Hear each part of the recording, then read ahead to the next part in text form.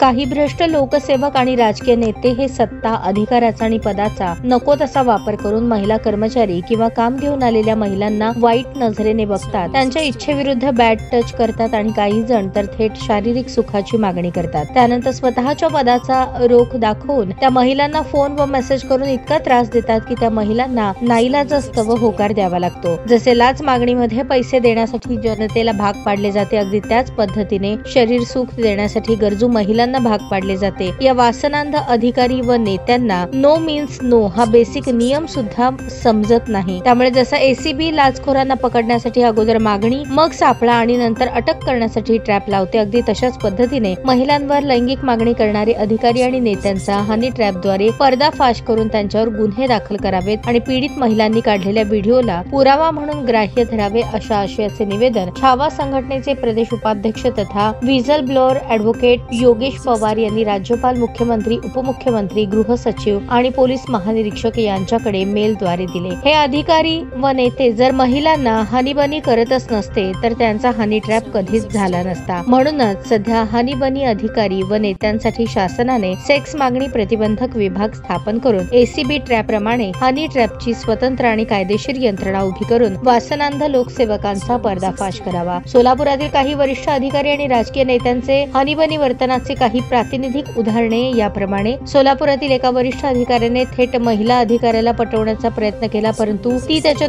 तावडीत सापडली नाही, म्हणून त्या अधिकाऱ्याने तिचा इतका प्रशासनिक आणि मानसिक छळ केला की त्या बिचारीला स्वतःची बदली करून घ्यावी लागली। बदली केल्यानंतर त्याने तिचा पुण्यापर्यंत पाठलाग केला। दुसऱ्या प्रकरणात एका अधिकाऱ्याने राजकीय पक्षाच्या पदाधिकारी असलेल्या महिलेच्या टेंडर बिल मंजुरीसाठी 10% कमिशन ऐवजी तिच्याकडे थेट शारीरिक संबंधाची मागणी केली। तिने ती मागणी फेटाळल्यानंतर तिच्या कामाची जाणीवपूर्वक चौकशी लावून तिला खूप त्रास दिला। एक अधिकारी तर असा आहे की त्याची हनीबनी करण्याची इच्छा झाली की तो महिला अधिकारी आणि कर्मचाऱ्यांना स्वतःच्या केबिन मध्ये बोलून त्यांच्याशी पानसट गोष्टी करत बसतो। काही अधिकारी आणि राजकीय नेत्यांच्या हनीबनी वागण्यामुळेच महिलांनी त्यांचे हनी ट्रॅप्स केले, तर त्यात वावगं असं काय आहे? त्यामुळे हनी ट्रॅप करणाऱ्या महिलांना शासन व कायदा दोषी धरणार की हनी ट्रॅप मध्ये सापडलेल्या नराधम अधिकाऱ्यांना व नेत्यांना? म्हणून हनी ट्रॅपच्या नावाने खडेफोड करण्यापेक्षा अधिकारी आणि नेत्यांना शासनाने आणि कायद्याने चांगल्या वर्तनाचे धडे दिले पाहिजेत।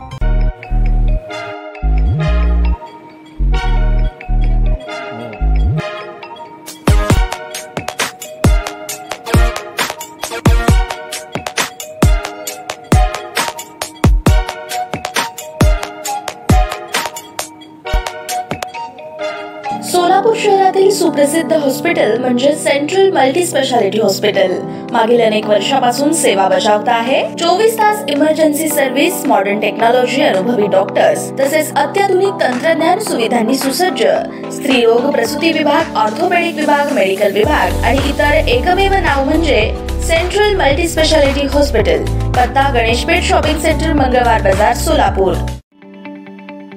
ताज्या बातम्या पाहण्यासाठी प्राईम महाराष्ट्र न्यूज चॅनलला सबस्क्राईब करा।